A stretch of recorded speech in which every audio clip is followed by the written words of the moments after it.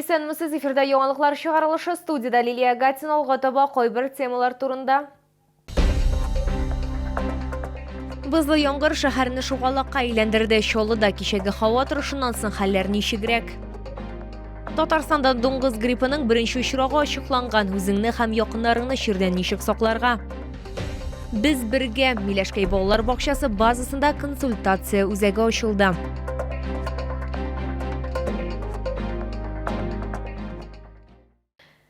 Чоллыда бозлы яңгыр берничә сәгать эчендә агачларны бәллүр кебек буз каплады. Юллар һәм тротуарлар шугалакка әйләнде.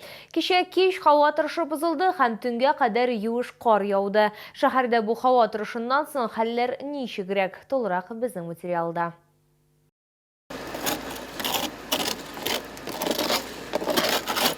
Мөгаен барлык машина йөртүчеләрнең иртәсе бер үк төрле башлангандыр. Машиналар бозлы кар белән капланган. Тимер атларны буз кочагыннан чыгарырга туры килде. Безнең төшерү төркеме шоферы да эшкә иртәрәк килгән. Бүген мин эшкә 1 сәгать алдан килдем. Чөнки машиналар бузланган, ишекләрне ачып булмый. Шуңа күрә 1 сәгать алдан килдем дә бер ярты сәгать машина кабыздым, эшләп торды. Аннары кис тарта башладым. Социаль шелтәләрдә барысы да фото һәм видеолар белән уртаклаштылар. Машина йөртүчеләр дә, җәяүлеләр дә тайгак юллардан канәгать түгел иде. Егылмыйча гына йөрү җиңел булмады диләр. Ужасно скользко. Такой гололед. Конечно, неплохо было бы, если бы обрабатывали бы чем-нибудь. И особенно тротуарные тропинки. Скользко. Просто-напросто я думаю, что службы не успевают весь город охватить. Кичә берничә сәгать эчендә юеш кар һәм бозлы яңгыр яуганда шәһәр шугалакка әйләнде. Юллар су өстендәге боз кебек булды. Тротуарлар һәм агачлар боз белән капланды. Бик куркыныч матурлык. Ашыгыч медицина ярдәме хастаханәсе травматологларына һава торышы корбаны булган 70 пациент мөрәҗәгать иткән. Шуңа күрә чираттагы тапкыр медиклар куркынычсызлык чараларын искә төшерә. Самое главное в профилактике — это надевать нормальную обувь, которая не скользит во время гололеда. И при падении надо сгруппировываться. То есть, как у спортсменов есть, при падении на спину получаешь меньшее количество травм. Кар яву белән көрәшкә 80 берәмлектән артык махсус техника җибәрелгән. Машина юллары реагентлар белән эшкәртелгән. Урам себерүчеләргә дә эш өстәлде. Алар әйтүенчә, кичәге һава торышыннан соң юлларны чистарту бик авыр. Башта тоз сөйбеп чыктык, җебедә әзрәк.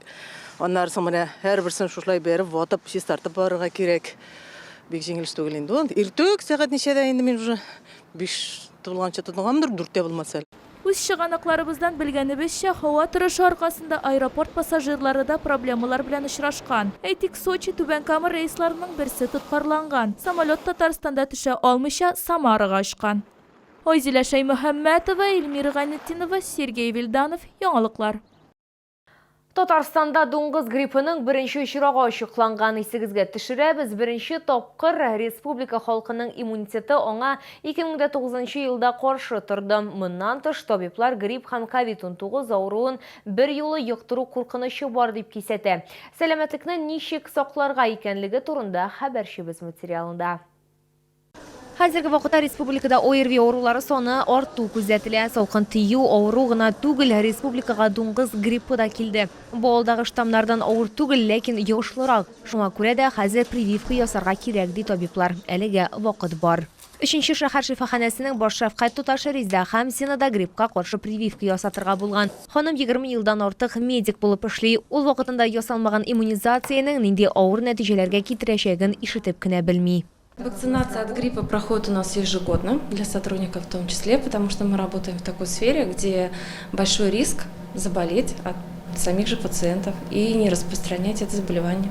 Симптомнар буенча дуңгыз гриппын COVID-19-дан айыру кыен, чөнки ике авыру да бер үк төрле башлана. Беренче билгеләр 12 сәгатьтә күренә. Бу тән температурасы 39 градуска кадәр күтәрелү, мускуллар авырта башлау, тән ватылган кебек халәт барлыкка килә, көчле баш авырту, бронхлар һәм үпкәләр тиз ялкынсына. Нәтиҗәдә коры йөткерү барлыкка килә, пневмония башлана. В группу риска, конечно же, да, то есть входят пожилые люди, люди со сниженным иммунитетом, также дети с хроническими заболеваниями, которые принимают препараты, которые проводят супрессию иммунитета, то есть его снижают по тем или иным причинам. Также к группе риска относятся люди, которые часто посещают общественные места, имеют контакт с большим количеством людей.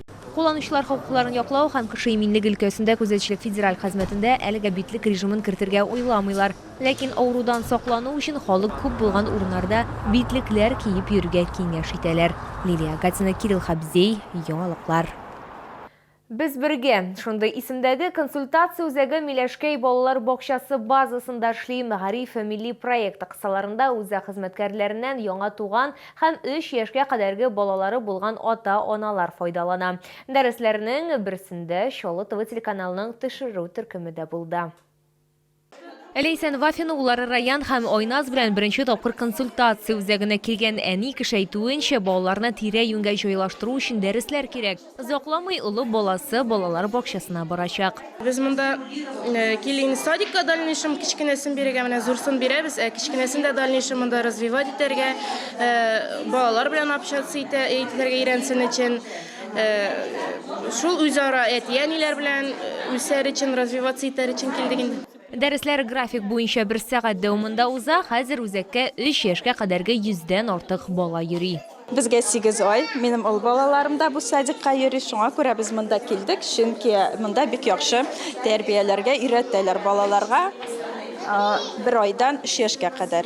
Үзәкнең эшен әниләргә балалар бакчалары шартларына, таләпләренә һәм эчке тәртип кагыйдәләренә яраклашырга юнәлдерелгән. Балаларның әти-әниләренә дә һәр яклап ярдәм күрсәтелә. Мы работаем по направлению психологического, эмоционального здоровья именно в семье. То есть стараемся объединить семью, маму, папу. Как вы видите, у нас сегодня и папа, и мамы вместе с детьми приходят. Мы этому очень рады.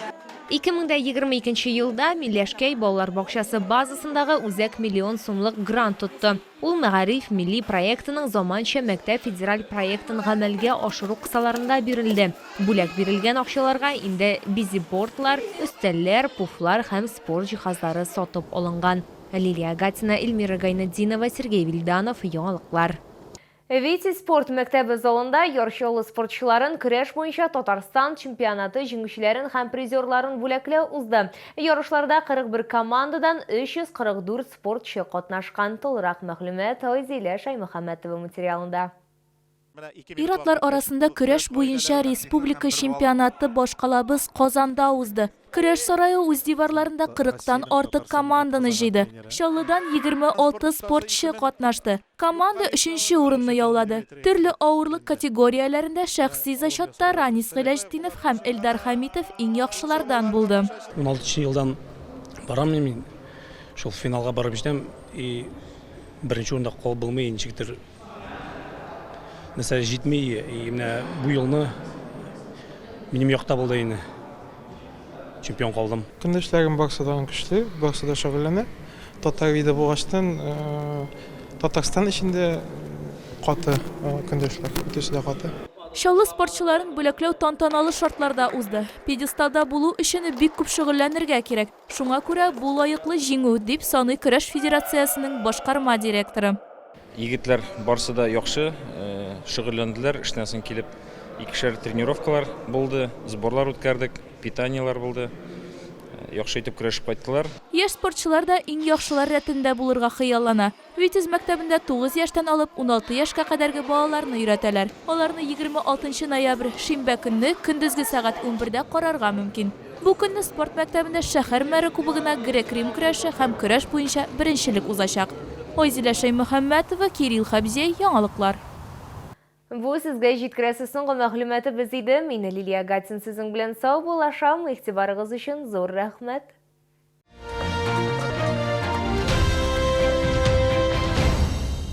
Сатып алдым кэшбэк, сатып алдым кэшбэк. Акбарс банкның Мир дебет картасы һәм бар нәрсәгә 10% кэшбэк белән бу процесс бер кайчан да тукталмаячак. Акбарс онлайн кушымтасын урнаштырыгыз һәм картаны бушлай рәвештә рәсмиләштерегез. Требуются водители-экспедиторы категории С, водители на ДАФы категории Е, грузчики. Телефон 8 919 626 30 70.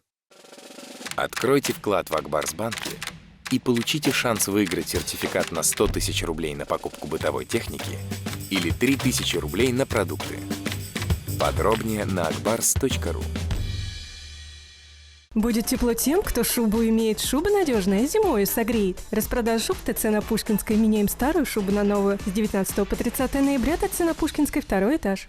Карта забота платежной системы МИР от Акбарсбанка для пенсионных и социальных выплат. Переведите пенсию на карту забота, добавим 3000 рублей к первому зачислению. Оформите на akbars.ru.